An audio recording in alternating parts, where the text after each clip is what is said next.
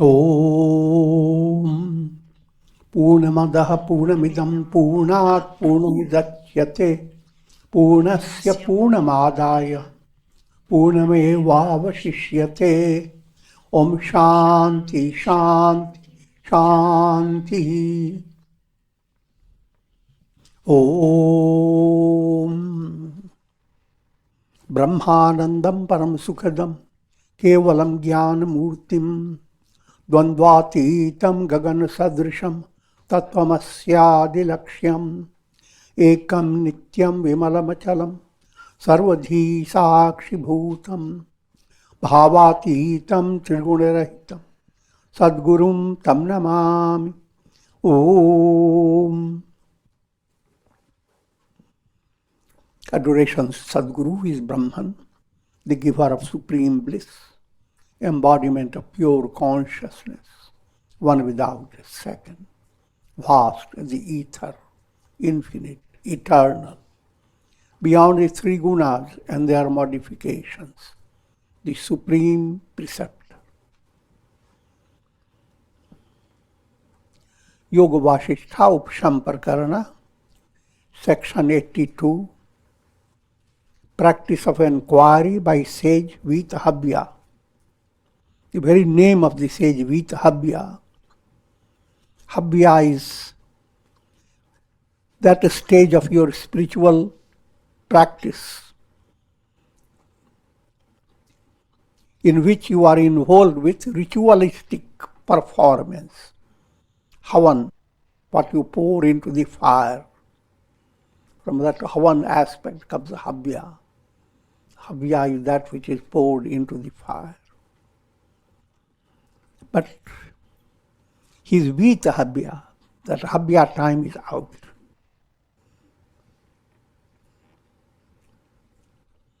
That whenever you hear this, it doesn't mean literally. You continue to do your rituals according to your convenience, but you are not limited by your ritual. No matter how enlightened you are, you have to get up from your bed, wash your teeth, don't forget the eyes. So, your rituals will continue. But you don't spoil the day only because you couldn't get up well.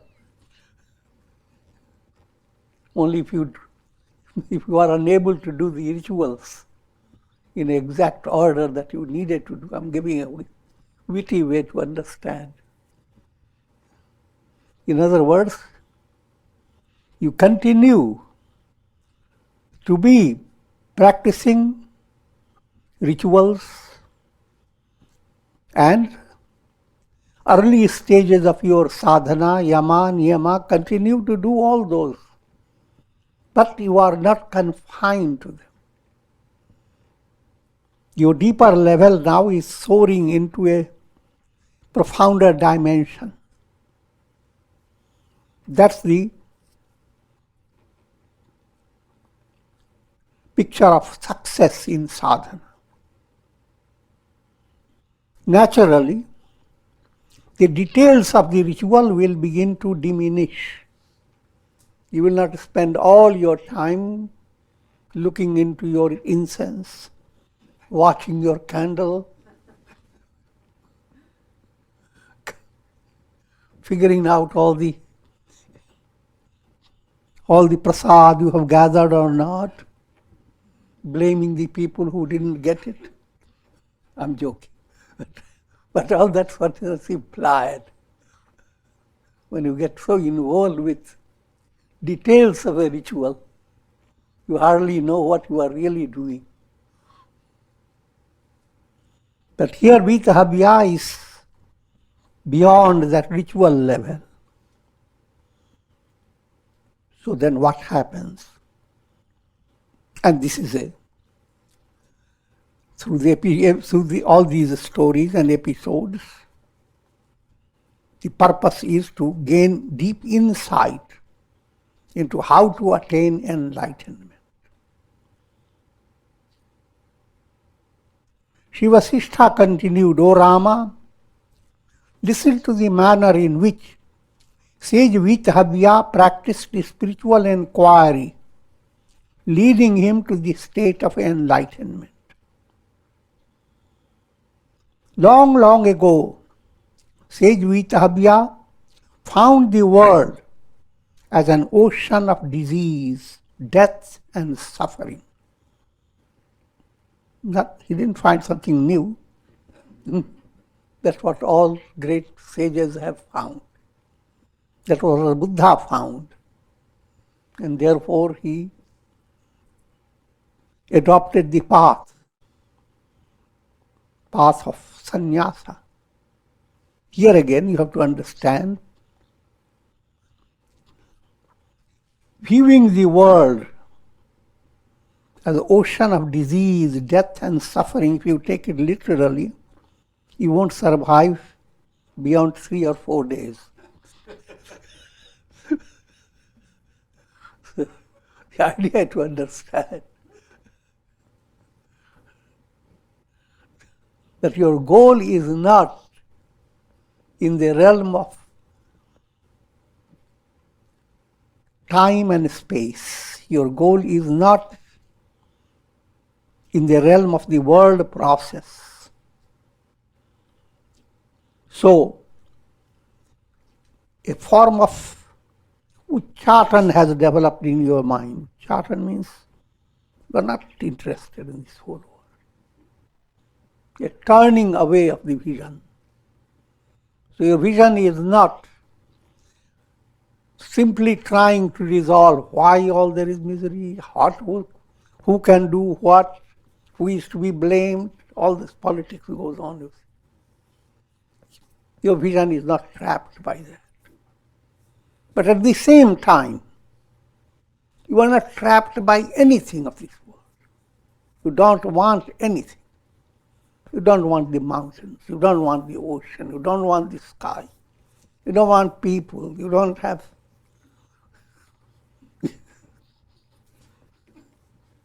You don't want power, you don't want children and grandchildren. You want nothing. Why? Disgusted.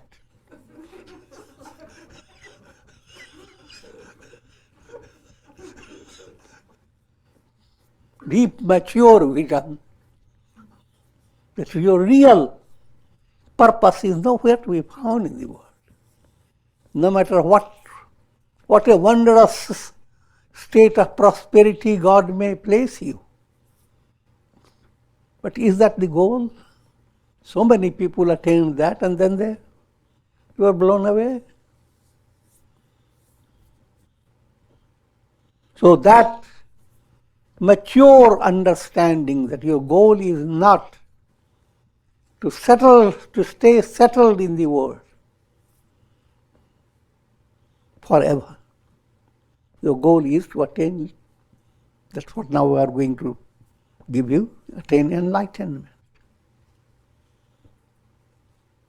And that inner maturity continues more and more without interrupting your external practical reality.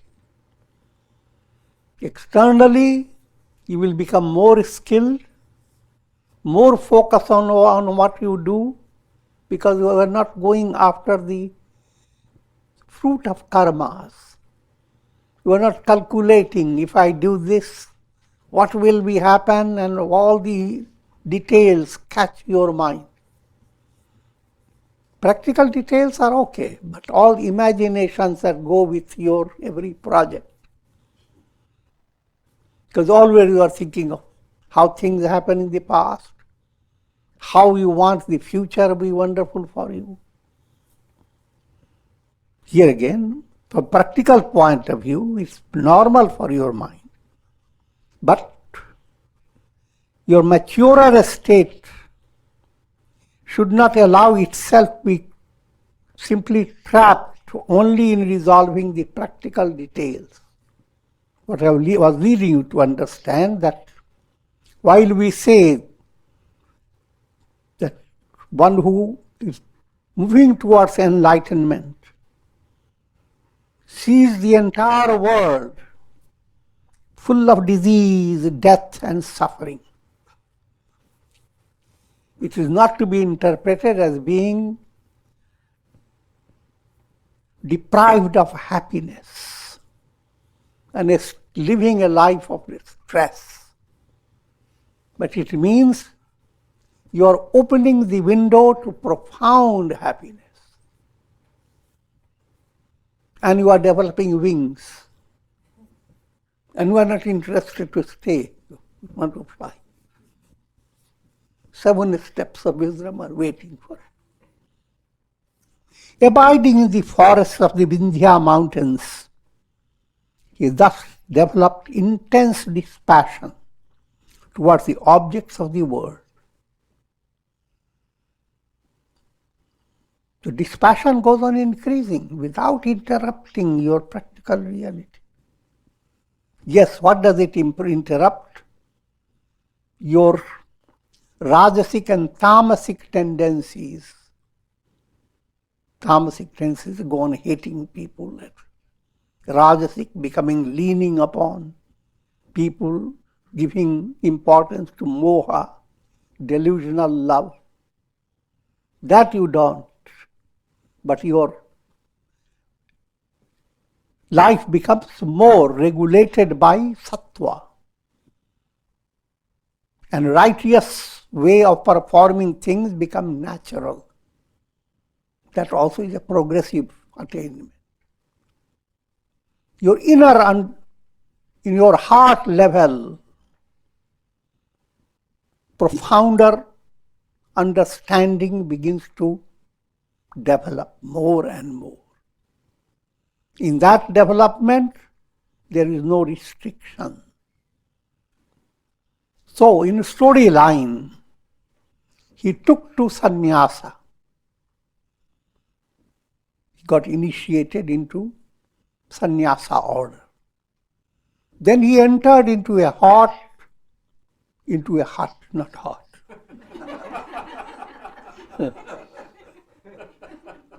Made of plantain leaves and seated in lotus pose on a deer skin, sought refuge in the self within. All this again is allegorical. Literally, you don't have to find a plantain leaf suited to you to form your seat. I will not go into details in that because that's easy to understand. He adopted the life of utter simplicity. You may have all external possessions, but you can be utterly simple.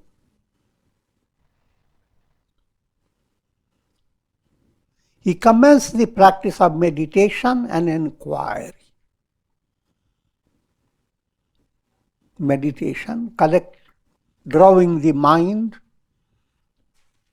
the vrittis of the mind that are scattered over so many things.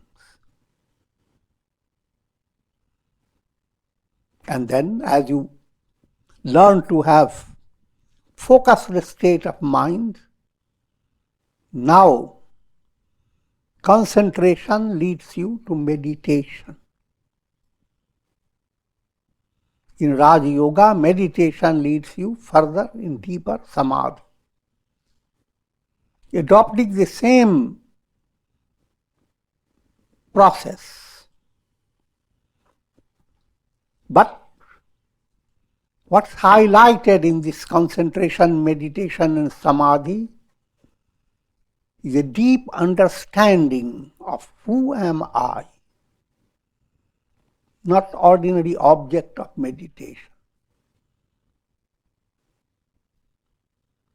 Just as a setting sun withdraws its rays, even so he withdrew the scattered rays of the mind from the objects of the world and directed the mind towards the heart. Then renouncing the external and internal contacts with the objects of the world, external contacts, internal contacts, that we have to understand.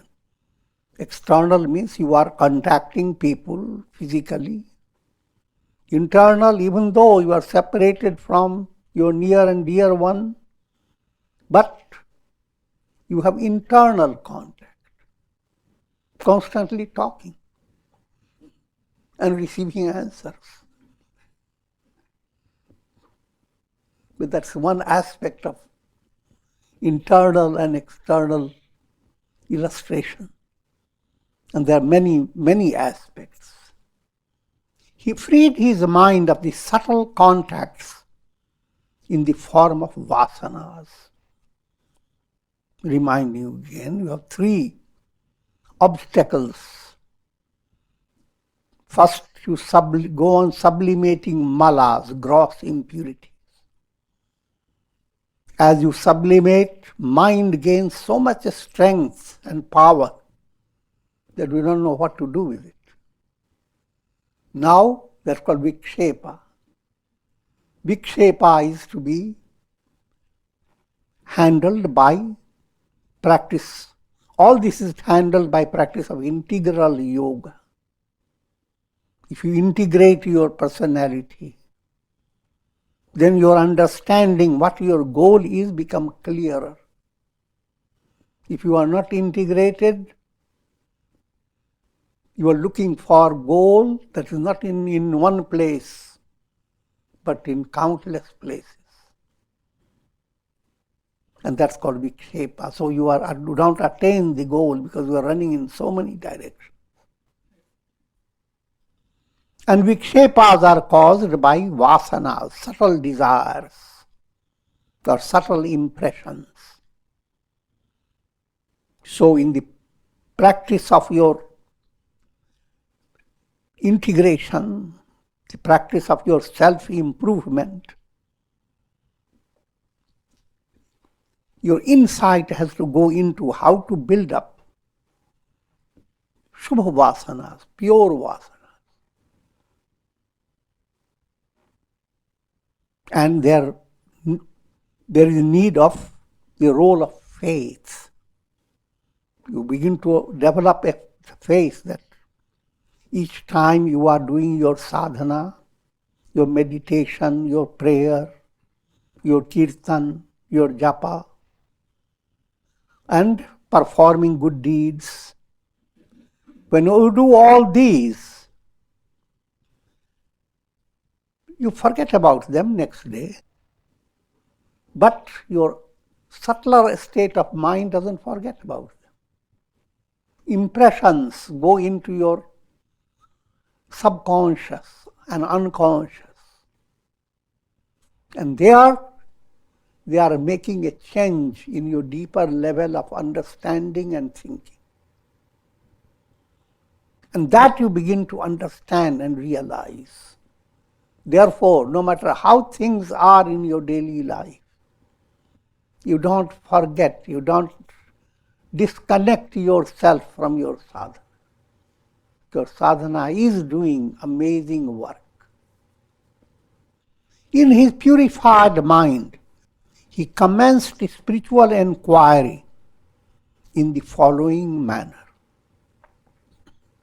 This is an example, how you begin to reflect. He said to himself, "Lo, how amazing it is that the mind does not find rest even for a moment." And you are working with the same mind. In and through your own mind, you try to understand the role of your mind. And what you understand, mind does not stay at rest. Because if you are aware of time, it means your thought waves are moving one after another.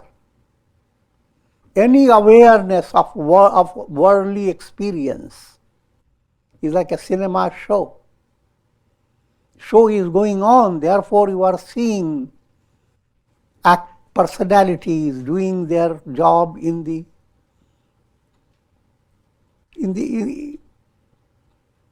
according to the plot of the story.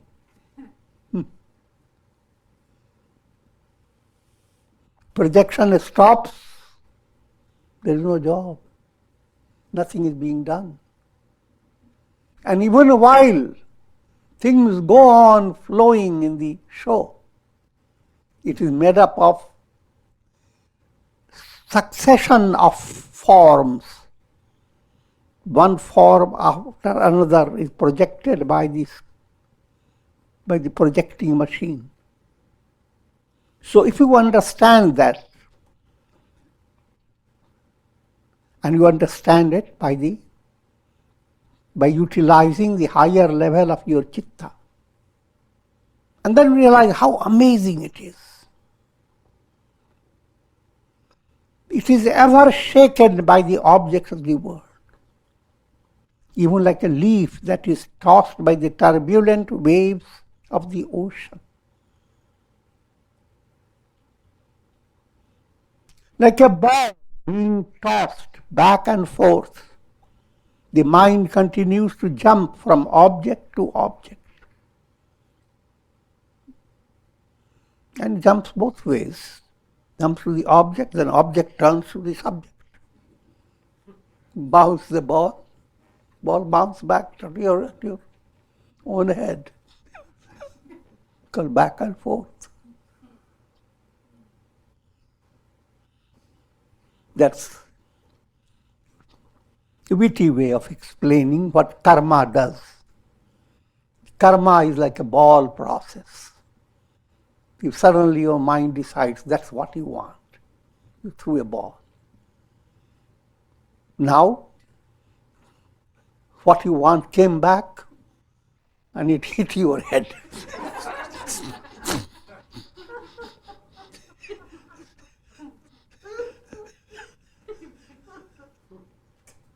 Next day, forget about it. You do the same thing. Go on bouncing the ball. So that's what the mind is doing day by day. In this way, it continues to maintain this dance of delusion. Whatever object one tries to restrain the mind from, towards that very object it runs like an intoxicated horse. Tell your mind, don't give attention to that. Now, each time you scratch your head, the mind says, what did you say?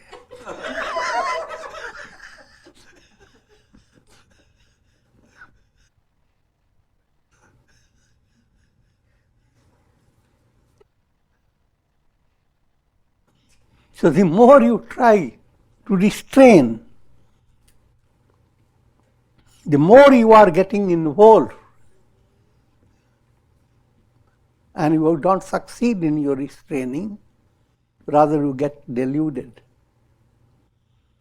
Like an intoxicated horse, it runs to divergent objects, even like a monkey jumping from one branch to another among the trees of a forest. Mind is a monkey. Let me hold a serious enquiry into the mind. Mind and senses, which are the internal instruments for the soul. O unfortunate senses, unable to experience the bliss of samadhi,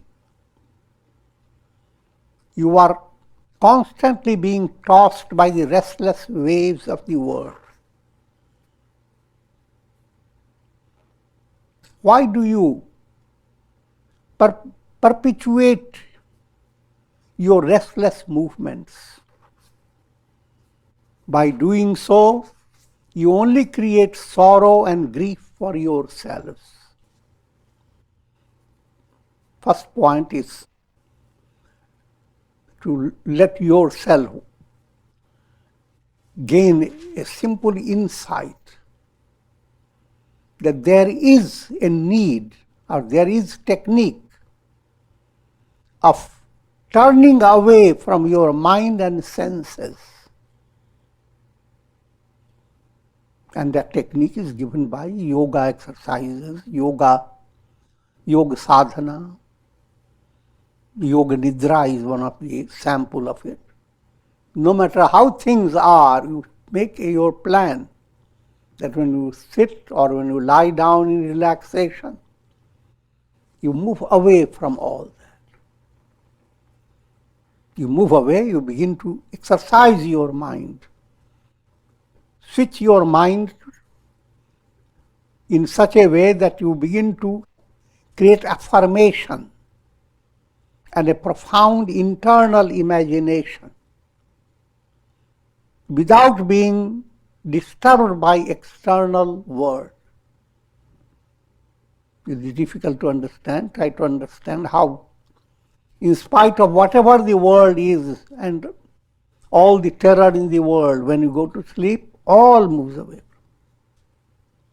So there is that type of internal level. If you turn to it, all move away, all does not count. By doing so, if you don't find that type of resting point, then what happens? You only create sorrow and grief for yourselves. Why don't you recall your experiences of the past which led you to so many sufferings? Here is just an ordinary instruction. Learn lessons from the past. O senses, you are in fact extensions of the mind. You do not have an independent existence. First maturity you have to gain. Senses are not separate from your mind. You cannot say, oh, my mind wants to control. But when my eyes see the lump of sugar, I can't control. What can I do? The eyes do it. But this is a kindergarten level. Maturer level, if your mind has understood that certain thing is not good for you, then what can the senses do? You can look at it only to know that it is to be avoided. So senses don't have independent existence. You appear like a mirage in the desert. All sense enjoyments like mirage. I, the witness self, am the light behind your functions. Without me, you are non-existent. Now coming to more higher level, senses are sustained by mind. But the entire mental process is sustained by I am. If your ego is not operating in your mind, all the functions of the mind have no meaning. But then ego itself is not the reality. What is the reality? The witnessing self. Even after you dream and sleep, when you wake up, you realize that your deeper self has been the same in your waking state, in your dream state, in your sleep state. And so as you go deeper towards the self, as your field of witness begins to expand. In other words, things happen and you have a special, separate status where you are untouched by things you are witnessing. Put it in a very simple way. Your mind, instead of just following what the mind says, you relax yourself and you begin to see. Mind is angry. Now, and you begin to understand, oh yes, 3 days before I have no anger. Now anger has come in. What should I do with it? When you are in that state, you are doing sakshi aspect. But when you are overpowered by anger, then you have no sakshi. You are not witnessing.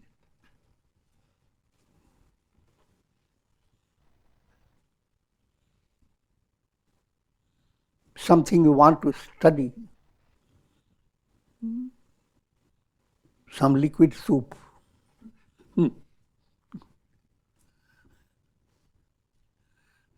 But somehow the soup is tossed on your eyes.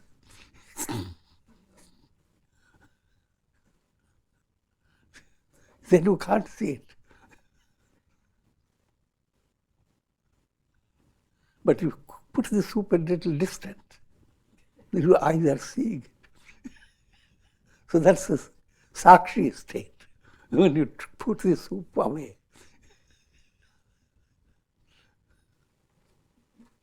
I'm the light behind your functions.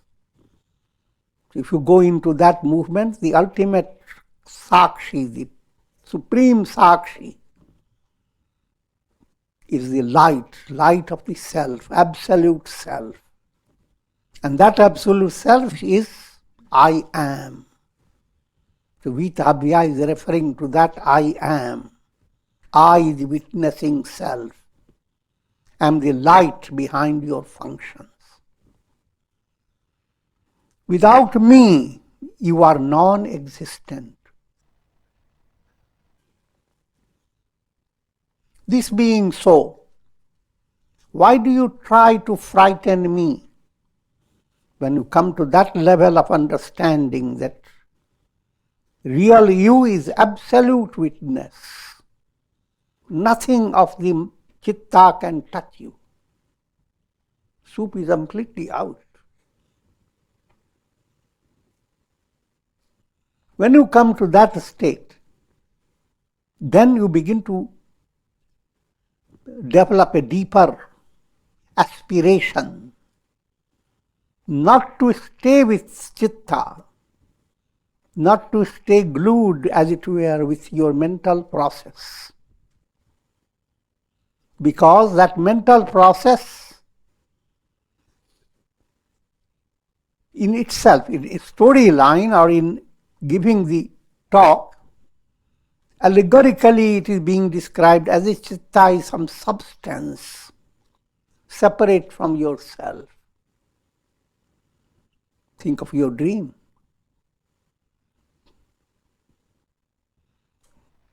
In waking state, before you went to sleep, your chitta was in a different state. Chitta recognized the world you live in, etc. In dream state, you are a dream subject. The dream subject also has his chitta or her chitta.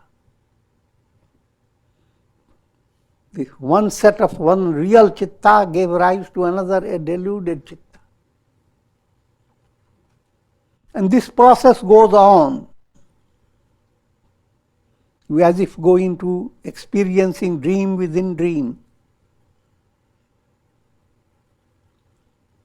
But if you turn your attention to your sakshi state, that without you all this is impossible. Without, think of very simple illustration of the sun and reflected sun in a jar. A reflected sun in a jar is subject to go through many experiences. And in those experiences, the reflected sun may find a delusional concept of attaining great prosperity, great adversity. But the real witnessing self, the sun, has nothing to do with all. Though without the sun, your reflected self will not exist. Every moment the reflected sun is nothing but the sun. And without the sun, the reflected sun has no reality. And the reality given to the pot and to the water, all that is absolute illusion. Because all that cannot restrict the sun. Sun is far beyond.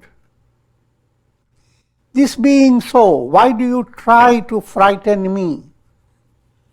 Come to a state of deep understanding that no matter how your mind can bring a whole lot of desperate, despair type of thoughts, or your intellect may say that now you have no possibility, you are completely finished. But no matter how it may happen, the real I am has not changed. So, therefore, O Chitta, don't try to frighten me. You are as false as the illusion of a snake seen in a rope during darkness. Just as a traveler keeps himself away from poisonous snakes, or a Brahmin keeps himself distant from chandalas. Here in this context means those who are doing, keeps distant from bad association. In the same manner, the self keeps itself at a far distance from the chitta. The entire mind stuff and all that goes through the mind stuff, like a cloud creates a display of the sun going through the cloud. The rays of the sun break into rainbows and do many other illuminations. But all that has nothing to do with the sun. The sun remains just the same. That sun is I am, not the sun that is trapped in the cloud. O Chitta, it is a light proceeding from the self that sustains your transient existence. Who knows the Chitta? The entire Chitta movement is not self-effulgent, what implying there is nothing. Chitta, it cannot know itself without the light of the self. O Chitta, it is a light proceeding from the self that sustains your transient existence. But unaware of this, you continue to seek pleasures of the objects, even like street dogs that continue to indiscriminately look for food. O wicked one, all these allegorical, your conviction that you are endowed with consciousness is illusory. It's like the whole dream goes on. But nothing of the dream is real. But while dreaming, your awareness, that awareness is same as consciousness. Your consciousness is so involved with the dream experience But that consciousness is not your real consciousness. O wicked one, your conviction that you are endowed with consciousness is illusory. Without the light of the self, you are non-existent. In vain you have created the illusory ego center. And so, coming more precise, the very ego that goes through all the sufferings of the world, that ego is not your real I am. It is Chitta that has created it.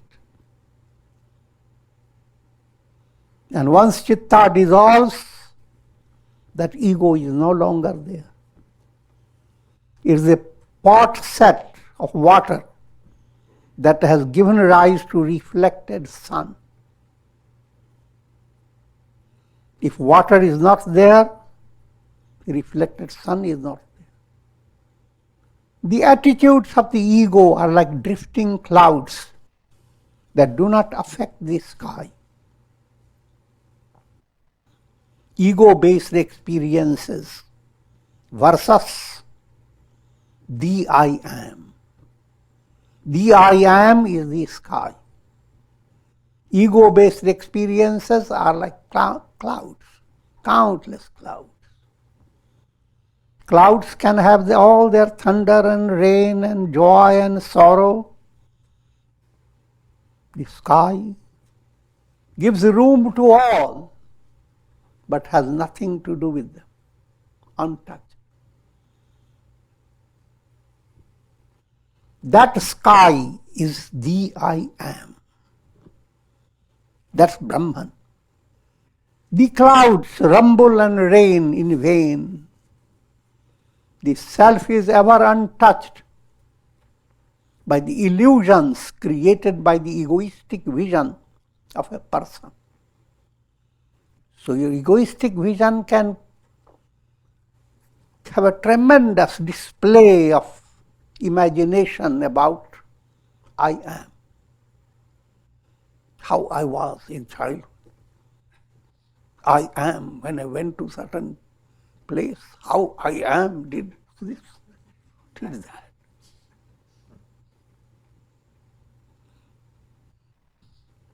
And that I am is playing in you, creating a big world.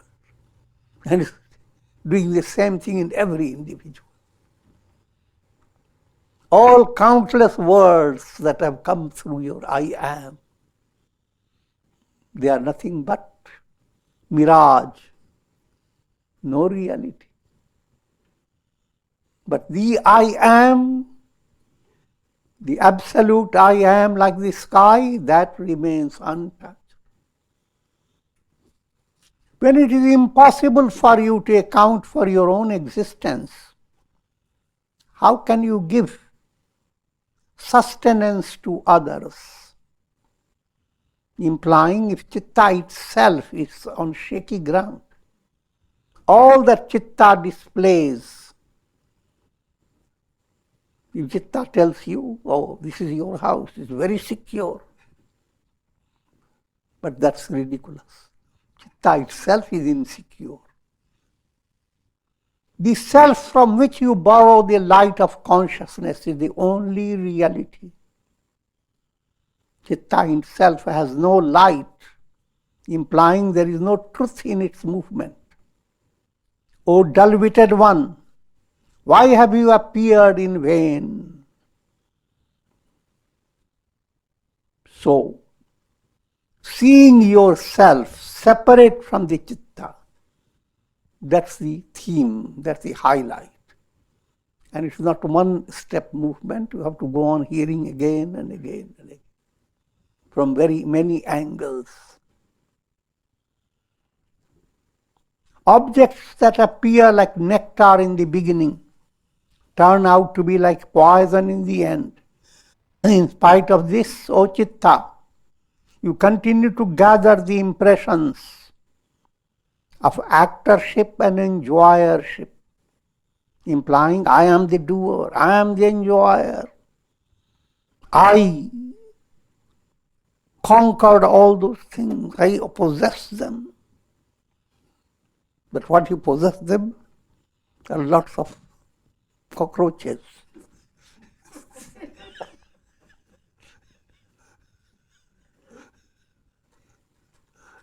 So with this I conclude.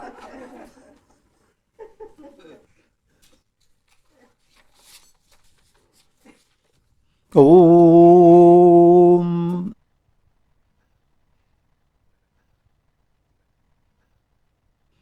Ram, Ram, Ram, Ram, Ram, Ram, Ram. Om Namah Shivaya. Om Namah Shivaya. Om Namah Shivaya. Om Shri Krishnaya Namah. Om Shri Krishnaya Namah. Om Shri Krishnaya Namah. Om. Prayer for the shower of divine grace, of Karunamaya Ras for all. And sabko sarmati de Bhagwan. May God give that right understanding to every soul that will lead the soul to have three blessings: Shakti, strength of faith; Bhakti, profound devotion to God; and finally, liberation. And with this, our prayer. Om Triambakam Yajamahe Sugandhim Pushti Vardhanam Urvarukma Bandhanan Mrityor Mukshiyama Mritat.